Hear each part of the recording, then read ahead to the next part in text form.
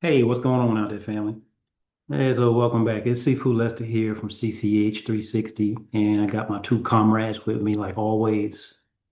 Good sister Pam, Di from Forever Tai Chi, and brother Dan from Gator Tai Chi. And, we've been throwing around the idea of having a little talk, the three of us, and we were saying what would benefit the community most, and just thinking about beginners more than anything. And we were saying, how can we actually assist beginners in their effort in finding a good Tai Chi school? So we're going to base it around there. And I'm going to start off with what my recommendation would be, or some of my recommendations would be.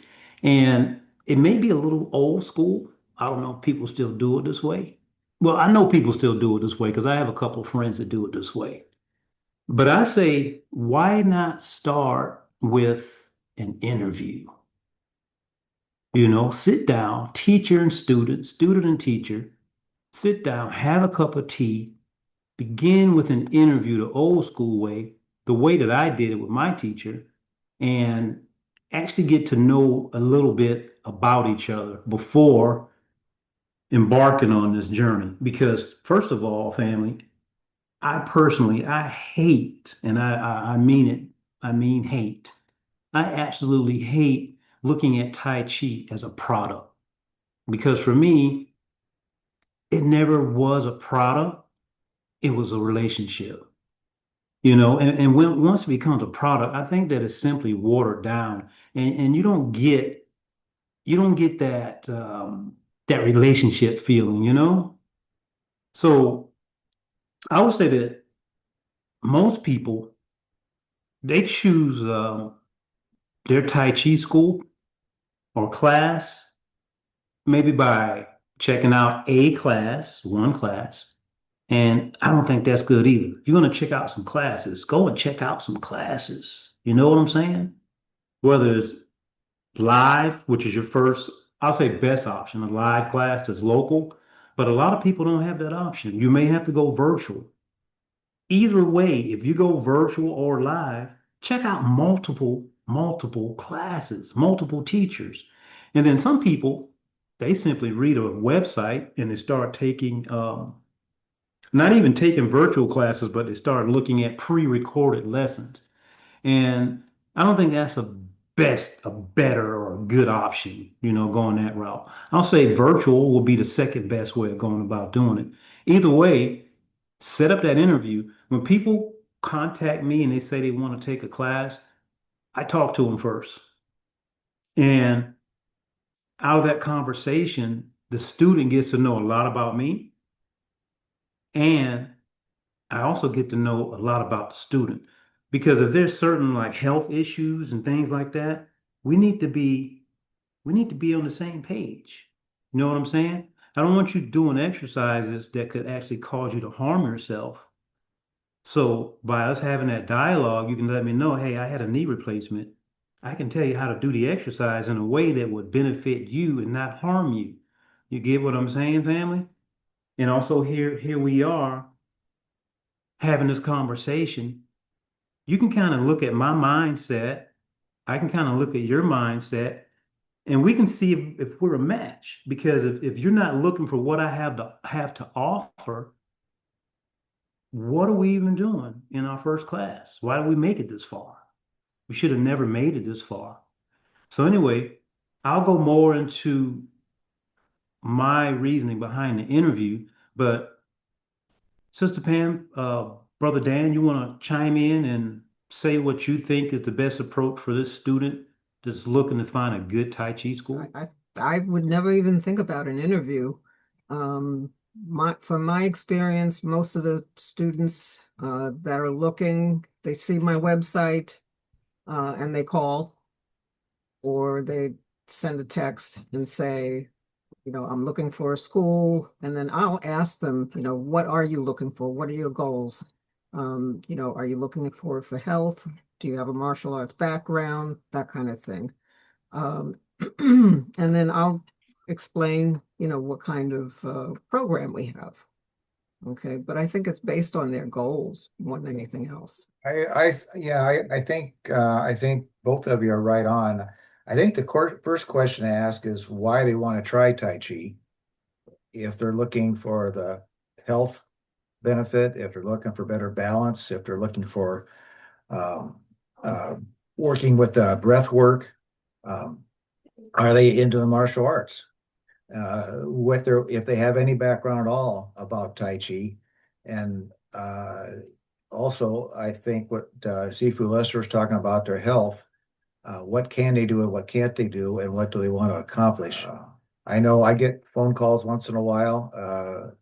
I'm not totally healthy. I don't have good balance. I'd like to try. And I would invite them to sit with me first, and then we would maybe go to a class or maybe even do a private up front. Sometimes that helps with a new student. Yeah, that makes sense, family. And actually listening even to you, Sister Pam, you said you never really think of an interview. But to me, you kind of like actually doing an interview without calling it an interview for say, you know what I mean? In your approach to me, it's kind of like interviewing without interviewing. It's not like sitting down and interviewing for a job, but it's more of a, I would say it's more like being on a date kind of like for me, you know, Just when a I, conversation, yeah, just to we have a find out where their conversation. head is. I mean, I had one today. The guy was right up front. I have COPD, and my doctor says I should try Tai Chi, and so I'm looking around, and I found you. Can you Hmm. help me? Right. So like I just said earlier, previously, prior to, Tai Chi for me, it's never been a product. I'll never see it as a product. And it's most certainly a relationship, right? And so with that being said, a teacher is not just like an instructor. This is my mindset. So a teacher is more like a guide, right? And our school, our dojo, our gathering place, it's it's an actual culture that we bring into this space, right? So with this, I'll say interview, here we are, we're able to discover whether this relationship, this guide, even this family and culture, is this right for you? Get what I'm saying? And also, what makes a good teacher? You know, being a new person, that a lay person that's never actually taken Tai Chi, I can almost guarantee that you really don't know what a good teacher is. You don't know those qualities or those attributes, you know. So I would actually recommend looking for qualities such as this. Look at the experience, not just the years, not just the years in practice. I say that kind of chuckling a bit. Because as I mentioned earlier, I had a gentleman contact me, and he found a teacher. He thought he found a teacher, and this teacher had, I think he said 15 years of practice in. And he went to the class, and he said she simply wasn't teaching much. She was just moving, and people kind of like fumbling all around, all over the place. And he felt like it was like out of order. He said that there wasn't much depth in the teaching. It was just follow me. There was no continuity. These are coming from the eyes of a person that's looking to begin a class. So I would say look at the experience. Some people are getting certified in a weekend class, and that's simply not good. That's not good for Tai Chi. And I would hate for my teacher to have only a weekend worth of experience. And you have the right to ask. And if this person has a problem with you asking about their lineage or inquiring about their experience, I would say run far away, get away from there, right? Because you're looking for clarity inside of the teaching. And if somebody doesn't have the experience and the lineage, it doesn't have to be some super duper lineage, but please tell me that you aren't the first or second person inside this line to start teaching this information. You get what I'm saying? So, can they explain the concepts in a very simple way? As this person said, there was no explanation of the concepts. It was just follow me. Do they listen? is this teacher listening to the students? Probably not if they're just going through. Do they lecture?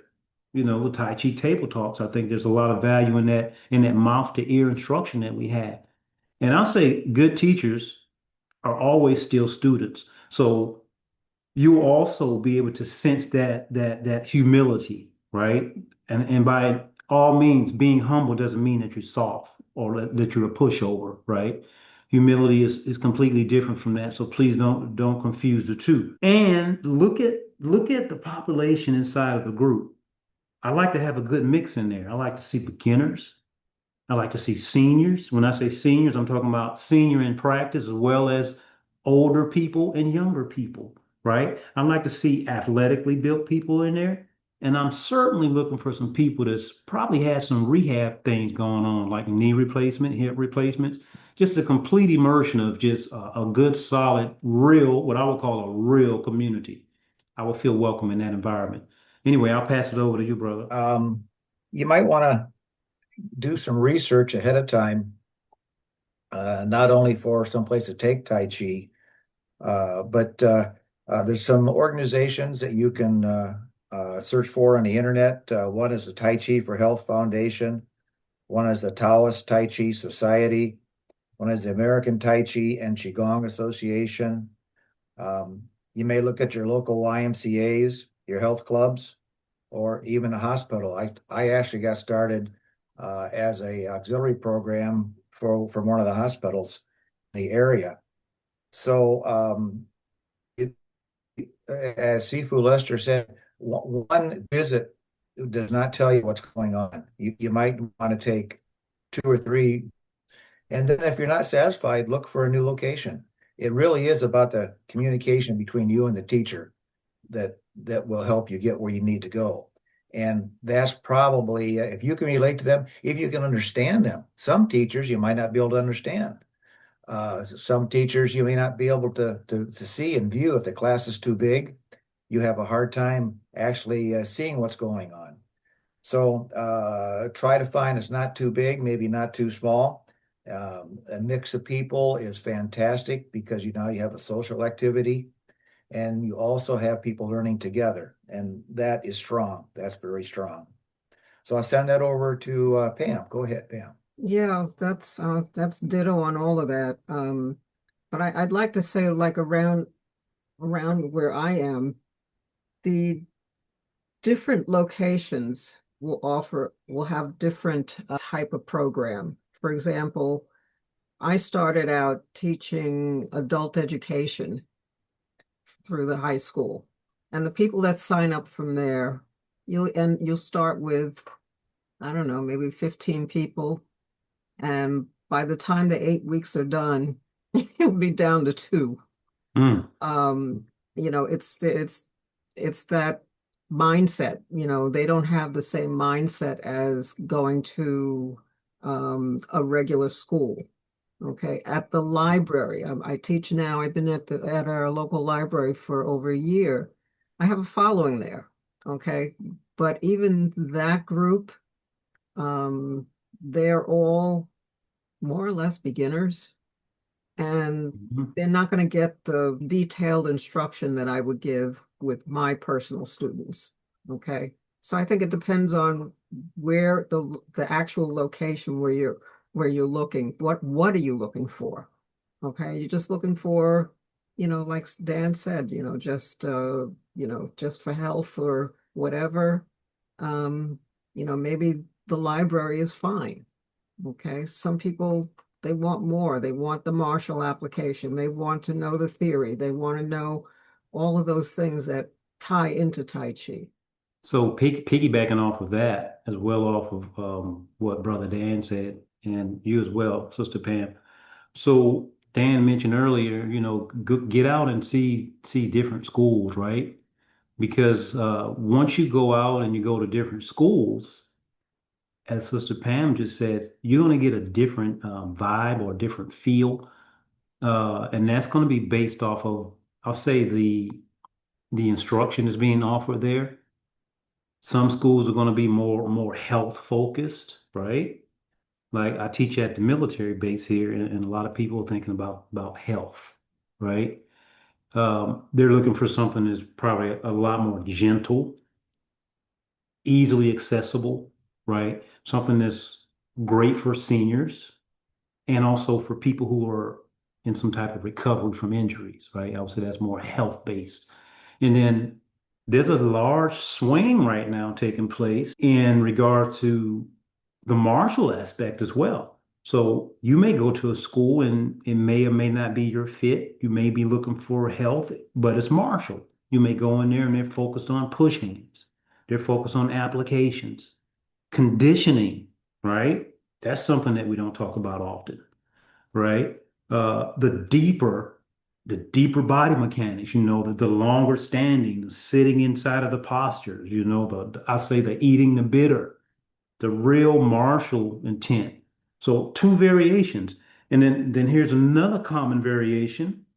I won't say common and probably at least common, but the more traditional lineage schools. We have the Chin, we have the Yang, the Wu, the Sun, and each of these schools, even the Temple Tai Chi, the system that I study and you guys have been studying with me, all have its own unique flavor.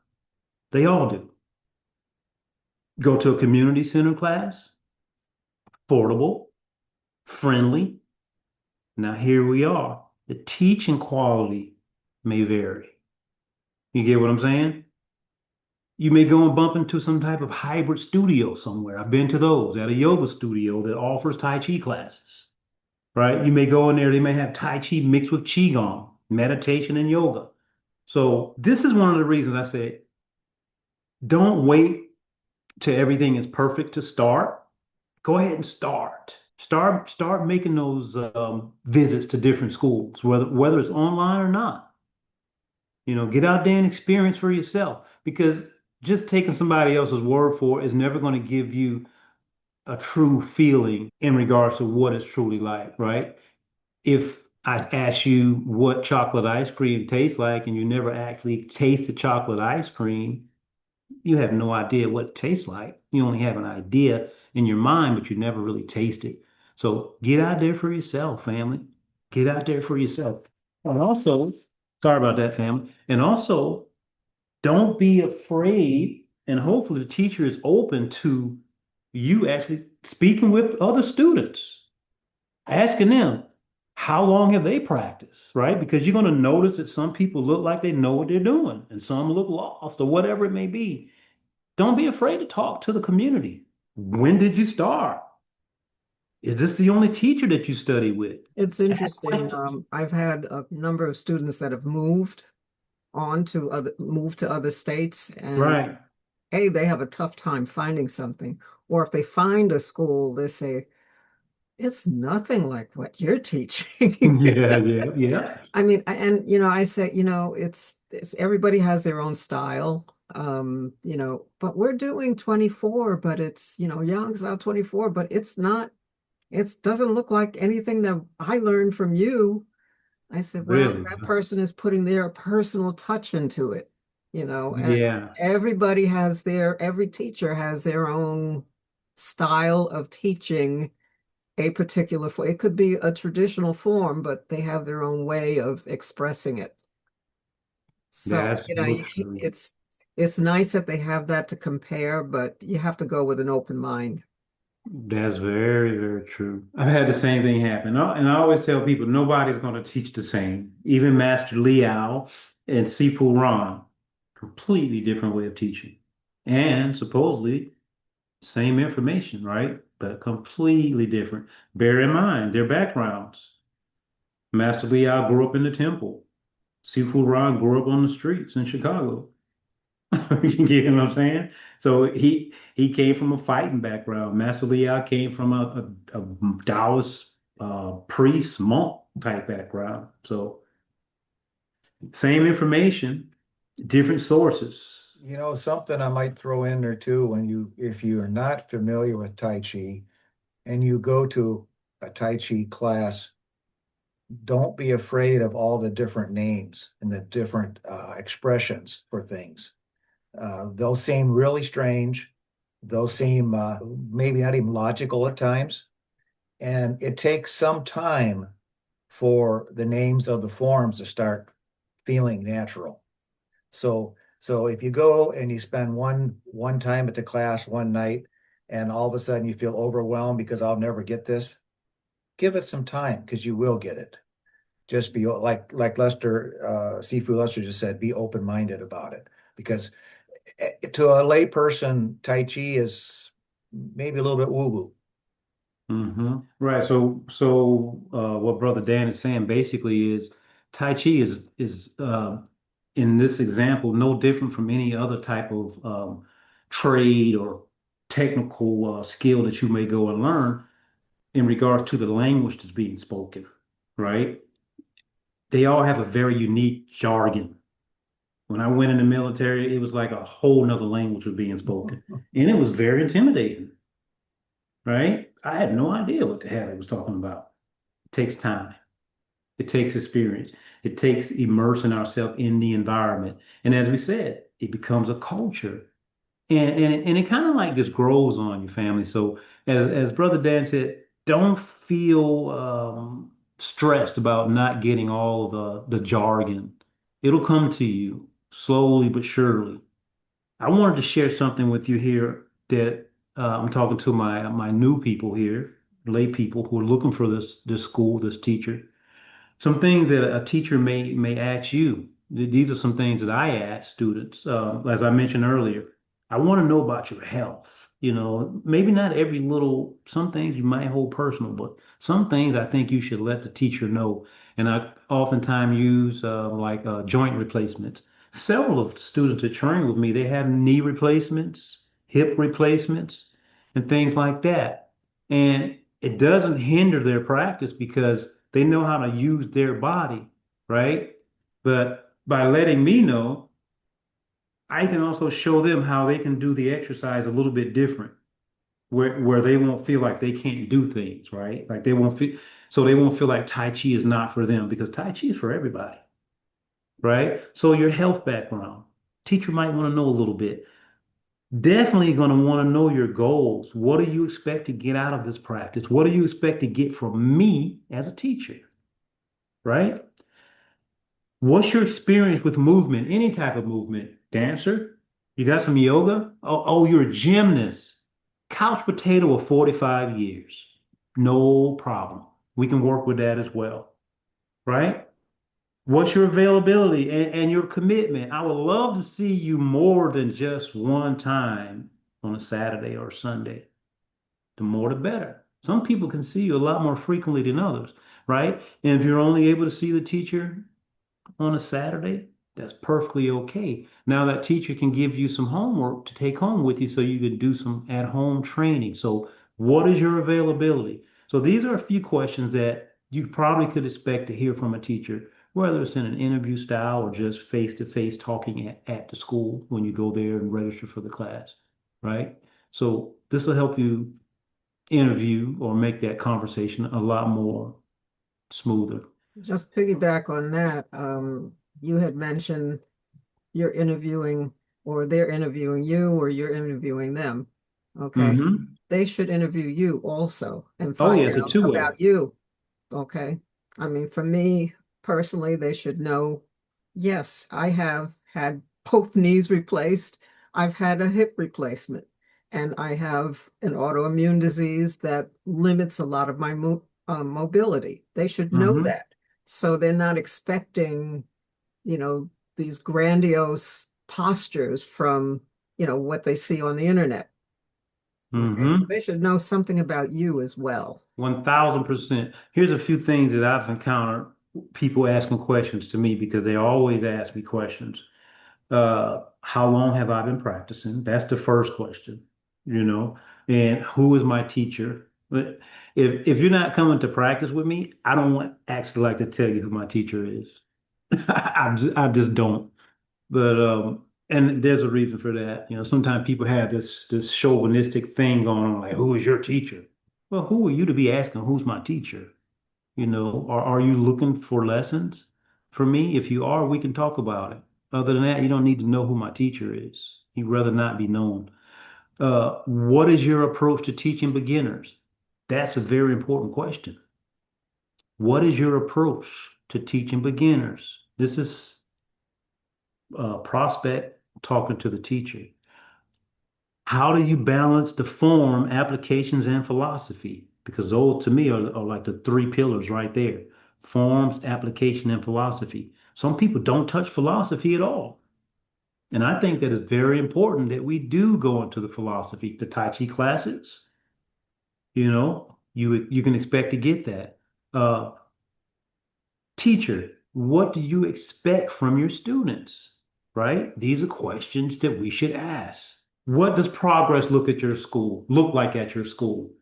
Is there a SASH system? I think Sister Pam has a SASH system.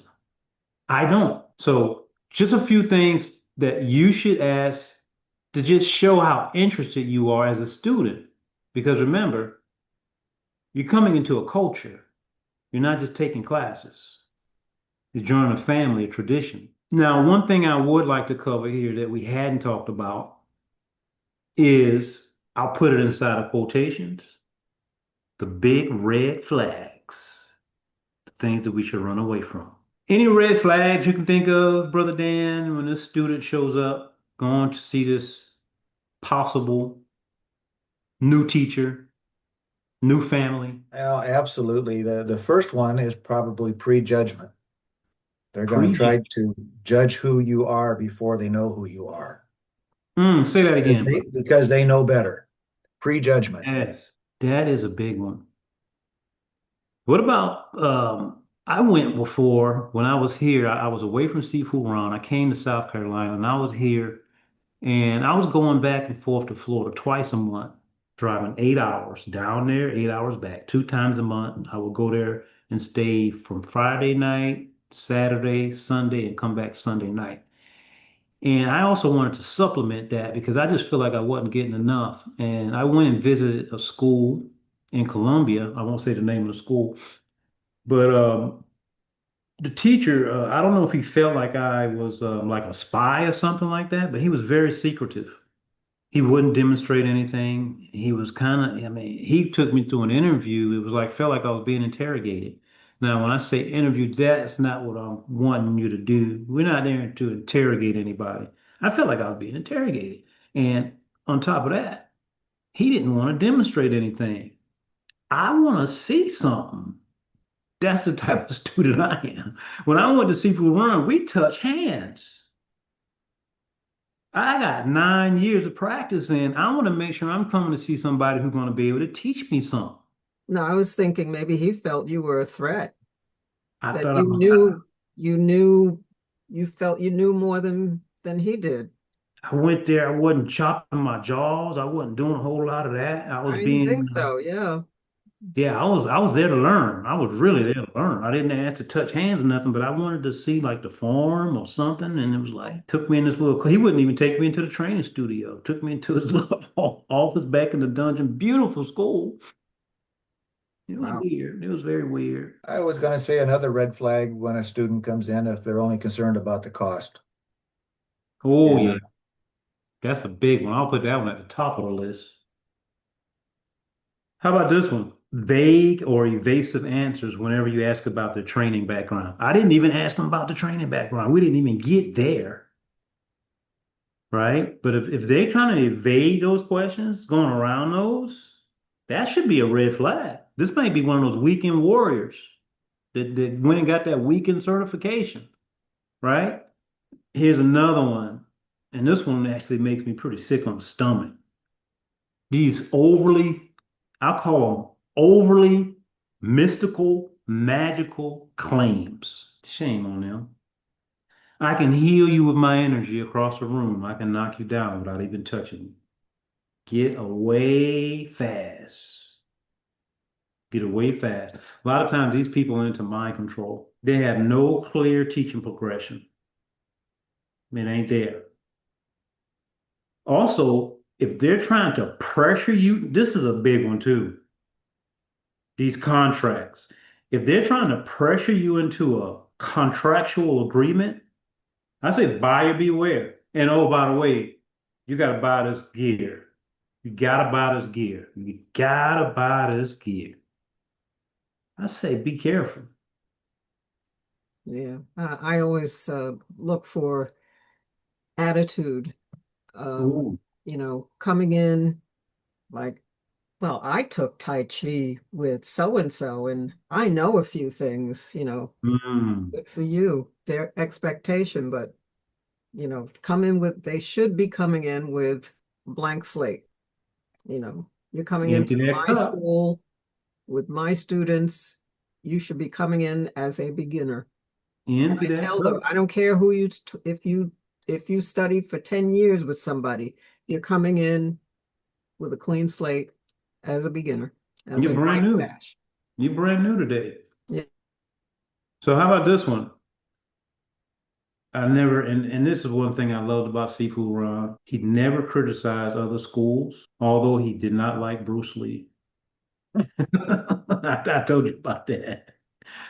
Yeah, he wanted to be in Bruce Lee's shoes as far as the big screen goes. But that's another story. But he never criticized any other school. And some teachers constantly criticizing other schools. And I'm like, our Tai Chi is supposed to help us cultivate something else That's outside not of a good that. Tai Chi attitude. That is not a Tai Chi attitude at all. I call them Tai Chi bullies. You became a bully. They got this huge sense of ego and superiority, and it's like nobody got time for that. So keep your eye open for those red flags. Stay away from contracts if you can. You may, I don't know. I had a couple people, they signed up with schools that had contracts and they ended up loving it there. They're actually still there. There was no problem, but just I would say if somebody get me into a contract, I would say I wouldn't force anybody to stay in a contract. I'm not going to force you to stay at my school for 3 months if you're not happy there. So I don't really agree with the contract thing. And they try to enforce these contracts too. If you leave, they want to get paid. I think that's just not right. That's what they do with gym memberships. It's, Exactly. They're following that same approach. oh no, no. Hard martial arts is good for that too, schools. Yes. And people can these things, these red flags that I just mentioned, they can kind of hide these things in class, but once you sit down and have that conversation and bring those things up, and we're talking, it's coming out. That ego is going to pop out. So have your eyes open, have your ears open, write down some questions, take a notebook with you, go in there with an open mind. And as Sister Pam says, you're going into somebody's school. We want to go in there with a sense of humility, and we want to, what we say inside of the Tai Chi world, the martial arts world, we want to empty our cups. We want to pour. We don't want to go in there full like we know everything. We don't want to be boastful and when you're coming to learn and be a part of somebody's family, right? So keep that in mind as well when you're looking for this new home. And to me, the dojo is like a home.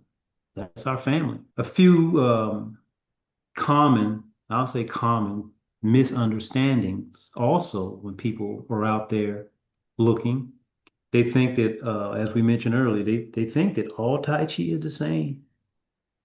And as we already talked about, it's not. A lot of people, they look at the teacher, they see him flowing and moving and looking so beautiful in his posture and powerful in his display of his Tai Chi. And you may expect those same results to happen just like that. Spoiler alert, don't expect any fast results, nothing overnight, because it's not going to happen. Don't believe that slow is easy, because it's not. Slow is not easy. It's actually a lot more difficult. Don't get discouraged when you feel clumsy in your movement. It's expected. Take it easy. You're a white belt. You're a white sash. And don't think that you're not flexible enough. Doesn't work like that. That flexibility is going to come in due time. Trust me. You don't need to know everything right away, as Brother Dan says. Don't worry about learning every name of every posture. You'll start remembering. And family, I'm just going to say it like this. Set realistic expectations for yourself, right? Just show up. Just practice 5 minutes a day. Don't tell yourself you're going to practice an hour a day. This is going to help you reduce your stress. Once you found that school and you began your practice, you find these things, understanding these things, will help you in regards to feeling like you're actually part of a family and you're not competing as an outsider trying to become part of the family. You feel the embrace because everything's been put out front. You know the teacher know you. You got a chance to meet the family. They accepted you in. You're in. Let's go. You're family now. You found the right club. And how do you know this? You're gonna feel that sense of comfort by asking your questions. You're gonna leave that class, that first class, once you've gone in to the right class, because remember, you probably went to 5 classes already. But when you leave this class, you're gonna feel better. Absolutely, you're gonna feel better. Even if you felt lost physically and mentally, you're gonna say, man, I think I found my place. And you have. Because soon you're going to start noticing, I got some little small improvements taking place. Hey, my balance and calmness starting to set in now. Thank you, teacher. Thank you for allowing me, notice I said allow, allowing me to be part of your family, part of your journey. Oh, it feels good. I'm just thinking about my first day. I was So, just about to say the same thing. do you remember this, Pam, feeling challenged, but also not overwhelmed? Yeah, I mean, I had a background already, martial arts background, but not Tai Chi. And And I tell you what, when I left it that, felt so good walking out of there. I said, that's it. You when got I walked out, man, I was looking forward to coming back, and I hadn't even gotten out the door yet. It's like, this is my home. What took me so long to get here? Never too late. Always on time. Don't wait for everything to be perfect before you start. I always say that. I like to give a closing thought, and if you guys want to chime in, I'm just going to say this. Choosing a Tai Chi school, it isn't about finding the best school. I'm not with the first school I started with. And my first school was the best school for me at that time, but then it changed because I found another best school. After 9 years, I found my second school. It's about finding the right teacher, the right school for you. The simplest, wisest way to begin the journey, I think, is with having that conversation. Anybody want to chime in? I think the first conversation is very important, but follow-up conversations and communications really help both the teacher and the student also. That's so true. We talk to each other anytime about Mhm. anything, anytime. We just call each other up and talk because we built friendships over the years. Just we train together. Hey, we meet each other's spouses and animals and whatever it may be. Like we said, a real family, family outside of family. that's when it becomes real, when you feel welcomed with the group. And that's Absolutely. what we try to do the very first day is introduce yourself, who you are. They're not going to remember people, but Right. just to feel welcome and feel like you're part of the group. And my test is always, do they come back the following week? Now that's a big one. If they come back, then I know they're serious. And you know what? A lot of times I know who's not coming back before they leave. Mm, I've been picking up on that almost 100% accuracy on that. And it's usually the ones who show up, they know everything already. They ain't coming back. They know more than me already.